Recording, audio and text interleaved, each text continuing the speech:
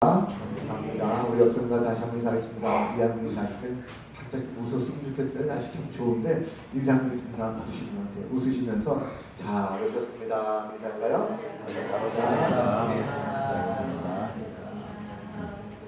잘 오셨습니다. 오늘도 우리의 생각에는 우리가 온 것 같지만 하나님께서 우리의 발걸음을 인도하시고 또 뜨시겠어서 우리를 부르신 줄로 믿습니다.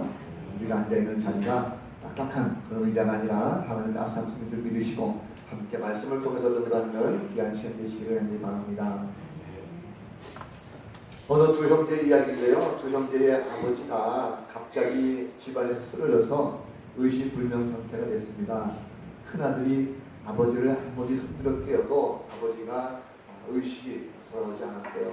그래서 이 답답해진 큰아들이 응급조치하면서 동생에게 말했습니다. 빨리 가서 빨리 뛰어가가지고 의사 선생님을 모시고 와라. 동생을 보냈습니다.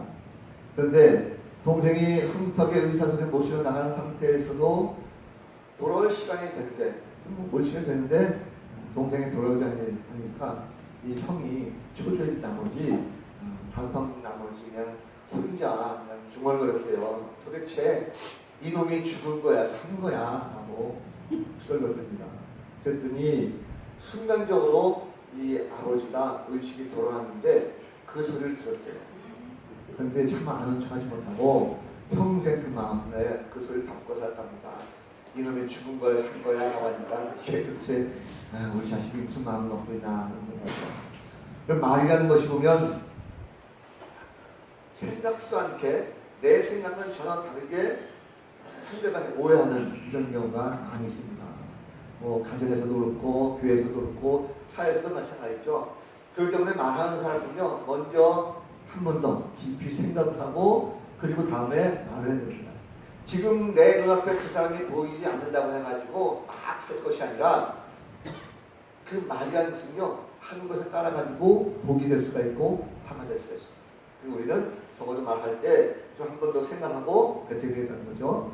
우리가 말이라고 다 같은 말이 아닙니다. 뱉어내면 다시 죽기가 어렵습니다. 그러니까 좀 깊이 생각하고 말하는 그런 성도가 될 것입니다. 또 한 가지는 우리가 어떤 말을 들었다. 꼭 제3자를 통해서라도 그런 소리를 들었다고 하면 그 섭섭한 마음에 담지 말고 평생 이 아버지처럼 담지 말고 빨리 이것을 터놓아야 됩니다. 그래서 오해는 마음의 보따리를 이렇게 풀지 않으면 절대 해소가 되지 않습니다. 꼭 우리가 신앙을 살면서 그런 섭섭한 것이 있으면 빨리 털어놓고 좀 해소될 수 있는 그런 모습 되었으면 좋겠습니다. 오늘 말씀을 통해서 하나님 만나는 시간 되시기 바랍니다. 그래서 강단에서 설교가 단순히 그냥 목사님이 나한테 또 저 소리 들으려고 하는구나 이렇게 오해하지 마시고 하나님께서 내주시는 말씀 하나님께서 내게 꼭 필요하셔서 주시는 말씀이다라고 생각하시고 그 가운데 은혜를 받으시고 또 함께 믿음으로 성장할 수 있는 복된 성도들 다 되시기를 주님의 이름으로 간절히 축원을 드립니다. 아멘. 감사합니다. 오늘부터 한 3주 동안은 야고보서를 말씀을 볼 텐데 오늘 야고보서의 전체 핵심 주제는 행함이 있는 믿음입니다. 보통 성경을 보면 우리가 믿음을 많이 강조합니다. 믿음을 통해서 구원받는다. 맞는 말이죠. 믿음을 가지고 예수 그리스도를 믿음으로 말미암아 구원받는 것은 맞습니다. 그런데 야고보서에서 말하는 것은 이 믿음을 통해서 구원받은 성도라고 한다면 거기에 따르는 행함, 열매가 있었다는 것이 바로 전체적인 야고보서의 주제입니다. 오늘 본문에서도 야고보는 그런 말씀을 설명하고 있습니다. 말씀의 들음과 실천에 대해서 그리고 실천으로 이끌면 참된 경건에 대해서 언급하고 있습니다. 좀 자세히 내용을 보면 야고보 사도는요 초대교회 성도들에게 말씀을 듣기는 속히 하고 말하기와 성내기는 더디하라 말씀하고 있죠. 아울러 말씀을 들은 것에 그치지 말고 실천하는 자가 복이 있다 말씀하고 있습니다. 그리고 말씀대로 고아와 가부를 돌아보고 자기를 지켜서 또 세속에 물들지 않도록 지키는 것이 참된 경건자의 모습이다. 자, 본문 전체에 가장 많이 언급된 단어가 말씀입니다. 말씀. 왜 야고보 사도는 초대교회 성도들에게 이렇게 말씀을 자꾸 강조할까 하는 거죠. 자, 말씀을 그만큼 강조한다는 것은 그만큼 말씀을 잘 지키지 않는다는 거죠. 그만큼 말씀을 듣고 지키는 것이 굉장히 힘들다, 어렵다라고 우리가 해석할 수가 있겠습니다. 자, 초대교회 성도들은 말씀을 들을 때 잘 안 들었어요. 또 이 특별히 성도들끼리라도 대화할 때 보면 상대방의 말을 좀 잘 듣고 그리고 좀 생각을 하고 얘기해야 되는데 말을 듣는 것보다는 자기가 하는 걸 좋아했습니다. 그러다 보니까 상대방에게 뭔가 얘기하더라도 그냥 급하게 말하는 거죠. 자, 아무래도 급하게 말하면 어떻습니까? 상대방의 생각을 모르고 급하게 말하다 보면 상대방의 감정을 자극하게 되죠. 감정을 자극하게 되면 어떻게 됩니까?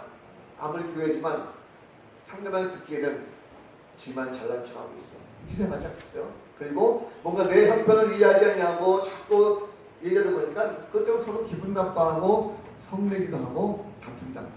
결국 그것 때문에 실족해서 교회를 떠나게 되는 일도 생기게 됐습니다.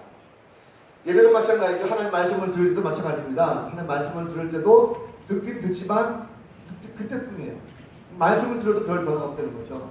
뭐 목사님 말씀하시니까 나한테는 전혀 해당 사항이 아니야.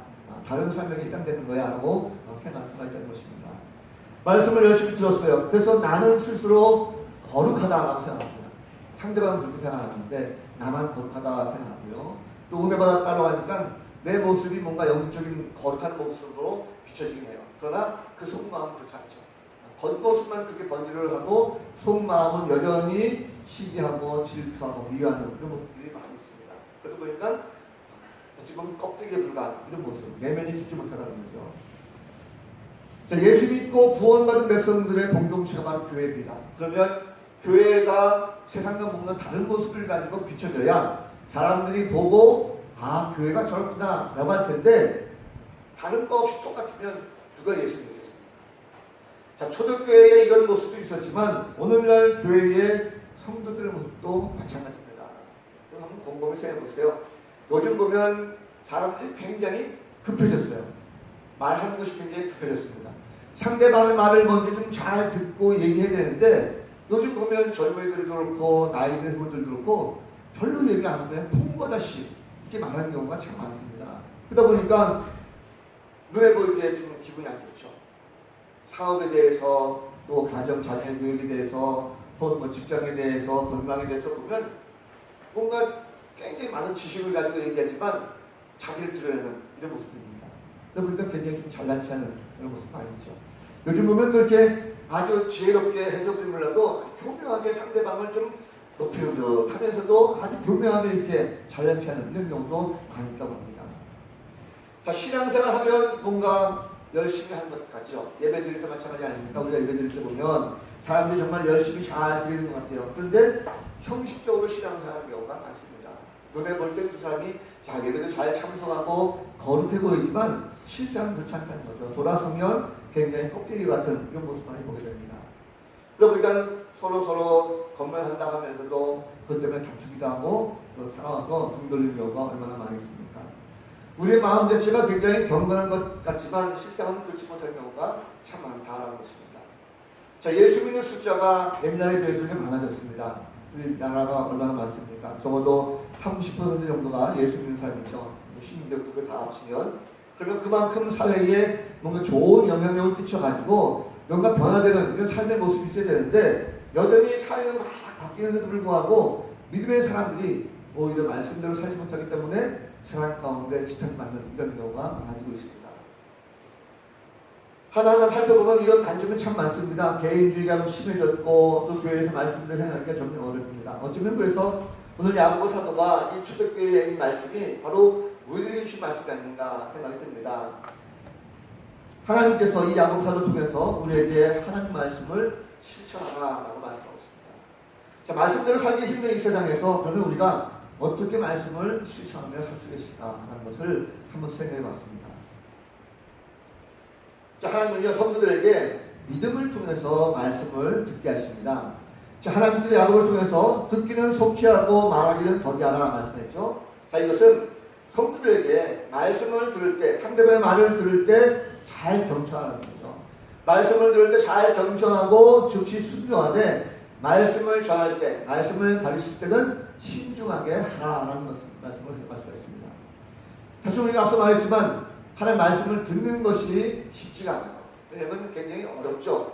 말씀을 깨닫는 것이 쉽지 않습니다. 헤아리는 것이 말씀이 굉장히 어렵습니다. 그러다 보니까 막상 우리가 신앙적인 어떤 이야기를 하다 보면 자기의 이야기할 때 참 많습니다. 상대방이 경배한다 하면서 하나님 말씀 이래 그냥 신앙적으로 이런 것이야 라고 하는 것이 아니라 내 생각을 전하는 경우가 많다는 거죠. 그 이유가 왜 그렇습니까? 우리가 예수를 믿으면 예수를 전해야 되는데 내 생각을 전하는 이유가 무엇입니까? 그 이유는 바로 믿음 때문에 그렇습니다. 자, 야고보서에 나타난 하나님의 뜻 가운데는요, 우리가 말씀을 듣는 것보다도 우선한 것이 있습니다. 그것이 바로 믿음이라는 거죠. 자, 믿음이 없으면 하나님 말씀을 듣지 못합니다. 왜 듣지 못합니까? 귀가 닫혀 있으니까 그렇죠. 믿음을 가지고 내가 말씀을 들을 때 그 말씀 내게 들어와야 되는데 믿음이 없으면 아무리 좋은 말씀, 은혜로운 말씀을 선포한다 할지라도요, 귀가 닫히기 때문에 열리지 않습니다. 그 들리지 않다는 거죠.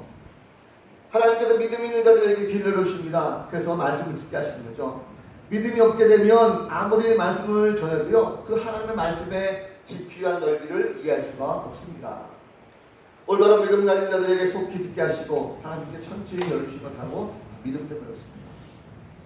속히 말하고 속히 듣고 말하기 더디하라는 말씀은요, 한편으로는 우리 인간들 관계 속에서 언어 생활도 말씀합니다. 이것은요, 말할 때 상대방이 말하면 그 상대방이 말하는 것에 대해서 모르는 분이 들을 때 좀 성의 있게 들으라는 거예요. 성의 있게 듣고 좀 깊이 생각을 하고 먼저 남에게 이야기할 때는 이것이 정말 옳은 얘기인지 신앙적인 얘기인지를 생각한 후에 말할 줄 알아야 된다는 것입니다. 무턱대고 말하지 말라는 거죠. 자, 믿음이 없는 사람들은 그렇지 못합니다. 믿음이 없는 사람들은 신앙적인 얘기가 전혀 없죠. 그냥 막 자기 하고 싶은 말 합니다. 그러다 보면 다툼이라는 거예요. 결국 성경에서 말하는 것이 무엇입니까? 믿음이 있는 사람들은 속히 듣고 더디 말하라 하는데 믿음이 없는 사람들은 더디 듣고 속히 말하는 이런 반대의 생활을 하는 걸 볼 수가 있습니다. 그래서 어떤 사람들은요, 보면 믿음이 없는 사람들은 남의 말을 전혀 듣지 않습니다. 내가 할 말만 그냥 막 하고 끝, 이런 경우가 많죠. 이러면 얼마나 싸움 많이 일어납니까? 대화라는 것이 여러분 상대방의 이해를 좀 정리시키고 때로는 내 주장을 납득시키기 위해서 하는 것입니다. 그것이 바로 대화죠. 상대방의 말을 듣고 내 말도 하는 것, 이것이 바로 대화인데 일방적으로 내 감정만을 다 쏟아놓고 그리고 상대방을 전혀 이해하지 못하면 그래서 올바로 믿는 자가 아니라는 것입니다. 나의 믿음 점검해보면서 상대방의 입장을 한번 돌아볼 수 있는 그런 성도가 되어야 될 줄로 믿습니다. 주중에 성경 공부할 때 우리 그룹 내에 한 집사님, 전성희 집사님이라고 계셔요. 이분에게 아주 재밌는 얘기가 있었는데 그분께 제가 설교 시간에 얘기해도 되겠냐라고 했더니 그분이 하셔도 됩니다 해서 말씀드리는데 이런 일이 있었다고 해요. 이분이 길치랍니다. 길치. 이 길을 잘 못 가신 분 있죠. 운전하더라도 잘 방향을 못 잡으시는 분. 지금은 얼마나 감사한지 내비게이션이 있으니까 그냥 틀고 가면 다 되잖아요. 그래서 별 문제가 없는데 과거에 내비게이션이 없을 때 이분이 처음으로 차를 가지고 모임에 나갔단 거예요. 내부 사람들을 타고 가는 그런 길인데 갈 때는 그냥 어찌어찌 이렇게 찾아갔답니다. 찾아가서 친구 모임을 잘 했대요. 근데 이제 올 때가 문제가 되는 거예요. 올 때는 갈 때에 그 길을 정확하게 알고 꼼꼼히 살펴서 잘 가야지 와야지라고 생각했는데 내부산도를 딱 진입해서 쭉 한 바퀴 돌았는데 한참을 갔는데 보니까 다시 그 자리에 가 있더라는 거죠. 쭉 집에까지 가야 되는데 어디서 잘못됐는지 모르겠지만 한 바퀴 삥 돌아서 다시 그 자리에 가 있더래요. 긴장이 돼가지고 다시 한번 정신 바짝 차릴 때다 싶어가지고 또 운전해서 갔답니다. 그런데 또 한참을 갔는데 보니까 다시 또 그 자리에 왔더래요. 그럼 마음이 얼마나 덜컹거리겠어요. 그래서 초조해지기도 하고 답답하지만 그래도 정말 정신 바짝 차리면 안 되겠다 싶어가지고 천천히 그냥 설치해서 갔대요. 그런데도 모르겠다는 거예요. 한 바퀴 다시 돌아가서 또 그 자리에 왔대요. 그러니 여러분 한번 생각해보세요. 대한민국에 우리 김 여사들이 얼마나 많습니까? 이런 분들이 차를 한번 타고 나면 대한민국에 잘 나가는 남성들이 가만 놔두지 않잖아요.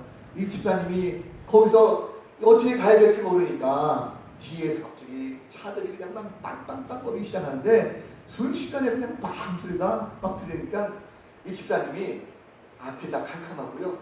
식은땀이 나고 숨이 다 답답해지고 어떻게 할지 모르겠대요.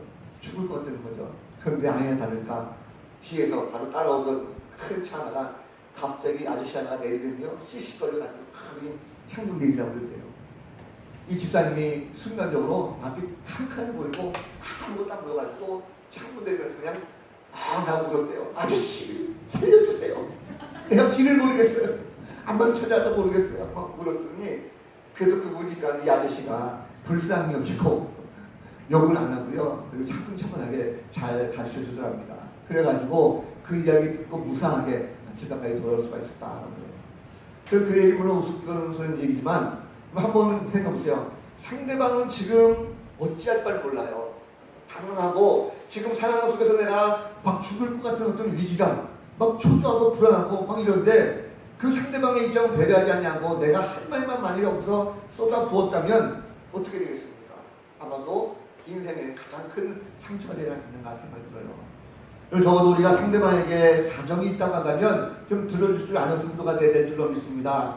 아무리 내가 볼 적에 내가 옳고 상대방이 잘못했어요. 그런다고 할지라도 내가 야단치고 내 목소리를 내는 것 물론 옳을 수가 있겠지만 믿는 자의 본이 되지 않습니다. 믿음이라는 것은요. 상대방 말을 듣고 상대방의 말을 형편을 좀 살필 수 있는 성도가 될 줄로 믿습니다. 말을 들을 때 좀 속히 들으시고 말을 할 때는 한 번 정도 생각하고 말할 수 있는 그런 성도가 되시길 간절히 바랍니다. 또 하나님은요. 믿음의 성도들에게 말씀을 실천하게 하십니다. 하나님께서 말씀을 행하는 자가 되라 말씀하셨어요. 다시 말하면 예수를 믿음으로 구원받은 백성들은요. 진실한 마음을 가지고 말씀대로 실천하라는 거죠. 말씀을 듣기만 하는 자는 자신을 속이고 있다라고 성경 말하고 있습니다. 단지 말씀을 듣기만 할 뿐이고 아무런 변화가 없어요. 아무런 행동도 없습니다. 그러면 그 자신을 거짓 굴레에 가두는 것입니다. 저는 한번 생각해보세요. 많은 예배를 드리고 많은 부흥회를 다니고 성경 공부를 한다 할지라도요. 사람들이 많이 착각하는 것이 뭐냐면 내가 예배에 많이 참석하고 성경을 많이 읽고 공부도 많이 하면 내가 의로워진다. 하나님께 나를 의롭게 여기신다라고 착각하는 것입니다. 그건 대단한 착각입니다. 하나님 보시는 것은요. 그것이 다 아닙니다. 그것 자체가 아니라 그 모든 예배와 말씀과 모든 순간순간을 통해서 나타나는 하나의 징표를 복용하십니다. 그것이 바로 삶의 열매가 나타날 때다. 말씀을 듣고도 행함이 없는 자는요. 거울로 자기의 생긴 얼굴을 보는 사람과 같다 말씀합니다. 이 뜻은 무슨 뜻일까요? 여러분 거울을 한번 보세요. 거울 보면 지금 거울과 다른 거울입니다. 초대교회 때는 청동을 만든 거울이에요. 거울 보면 내 모습이 뭔지를 알아요. 머리가 흐트러지고 옷 맨모세가 어떻게 됐다라는 것을 알고 고쳐야지 라고 생각합니다. 그런데 돌아서면 그 거울 본 것을 잊어버리는 거예요. 그냥 그대로 살아간다는 거죠. 이것이 바로 그 모습입니다. 결국 여러분 우리가 행함이 없는 성경 지식, 행함이 없는 예배, 말씀 이런 것들은요. 우리가 참으로 삶에 공허할 뿐입니다. 하나님 말씀은 우리에게 참으로 중요합니다. 왜냐하면 이런 일들은 지금 초대교회라든지 아니면 오늘날 예배드리고 있는 우리 모든 성도들도 별반 차이가 없는 것 같아요. 그럼 한번 생각해보십시오. 지금 세상에 그리스도인들이 얼마나 많이 말씀을 듣고 있습니다. 많은 기독교인들이 이제는 굉장히 정보가 풍성해졌어요. 설교의 홍수 시대에 살고 있습니다. 멀리 갈 필요 없이 우리만 한번 생각해보죠. 우리 교회 성도들 보면 여러분들이 매 주일마다 교회에 참석하셔서 예배드리면 1년에 52주니까 여러분들이 설교를 말씀을 52주 수요일 2번을 듣습니다. 그런데 예배를 한 번만 드립니까 여러분? 그렇지 않죠.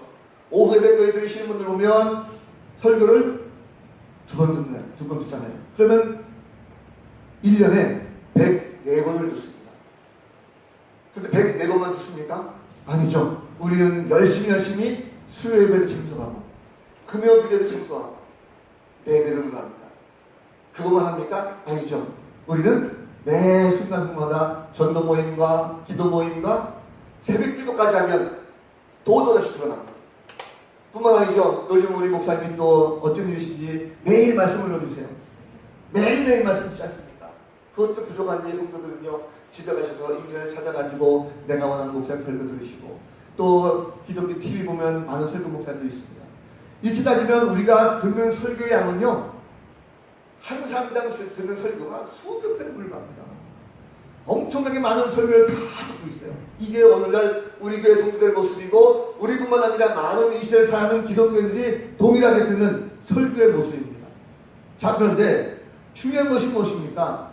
우리가 이렇게 수백 편, 수천 번의 설교를 듣는데 그럼에도 불구하고 성도들의 삶에 과연 변화가 일어나고 있는가라는 것입니다. 참 신기하죠. 설교를 내가 수천 편 다 듣고 수백 편 들었으면 내 삶이 바뀌고 변화되어야 되는데 참 신기하게도 세상에는 그 많은 설교를 듣고도 변화되는 모습을 찾아보기가 굉장히 힘들다는 것입니다. 그럼 무슨 뜻입니까? 우리가 말씀을 들을 때, 예배 드릴 때는 말씀 들으면서 아멘으로 화답하고 할렐루야, 그냥 놀렐루야, 기쁠루야 막 즐거워하고 막 찬양해요. 그런데 정작 대문을 열고 나갈 때는 싸카맣게 잊어버린다는 거죠. 결국 우리의 삶이 변화가 없다는 것입니다. 말씀을 듣긴 듣되 그 말씀은 내 삶에 변화가 없다는 거죠. 마치 거울을 보고 흩어진 모습을 보면서 뒤틀리는 나의 모습을 찾아보지만 돌아서면 깨끗하게 잊어버리는 거울 보는 모습과 전혀 다른 것이 없다는 것입니다. 그리고 이것은 올바른 믿음이 아닙니다. 바른 신앙생활 한 성도는요, 주신 말씀을 가지고 세상 속에 나가서, 그리고 세상 속에 나가서 기회가 닿는 대로 그것을 잘 적용하고 실천하는 성도입니다. 그래서 그 실천을 통해 가지고 내게 주신 그 하나님을 마음껏 누릴 수 있는 성도, 이것이 참된 신앙의 모습이고 참된 말씀을 실천하는 성도의 모습이라는 것입니다. 식당에 가면 메뉴판 있죠. 메뉴판이 있어서 메뉴판을 보면 내가 음식을 먹은 것입니까? 아니죠.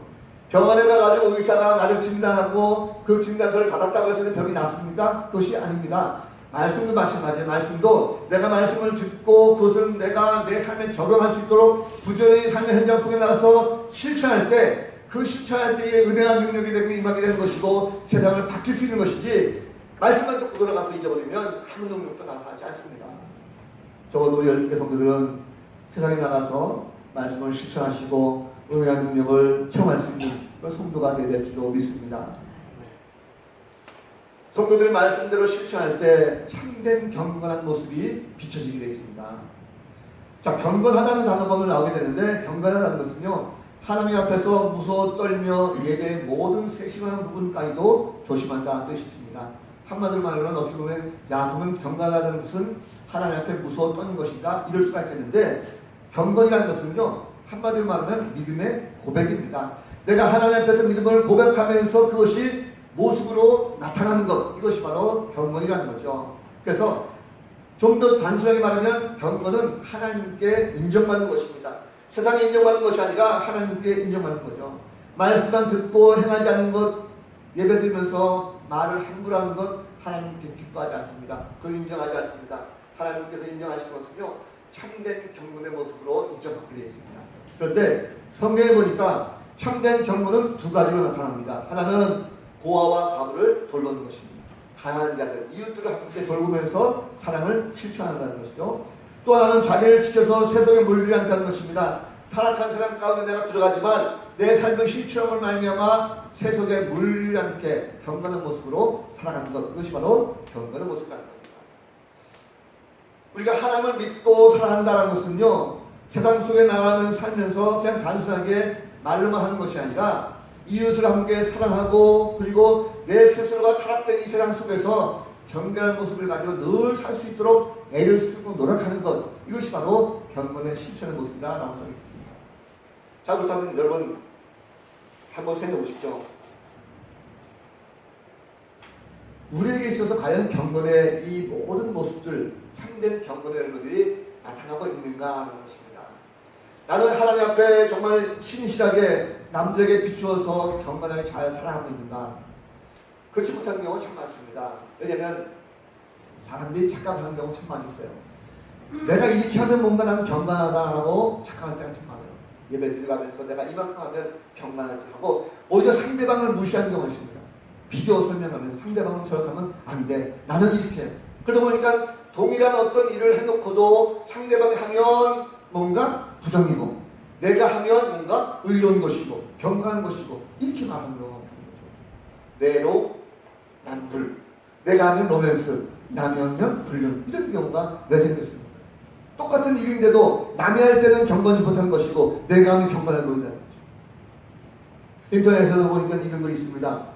교회에서 발견되는 나와 남이 다른 점, 한번 잘 생각해 보세요.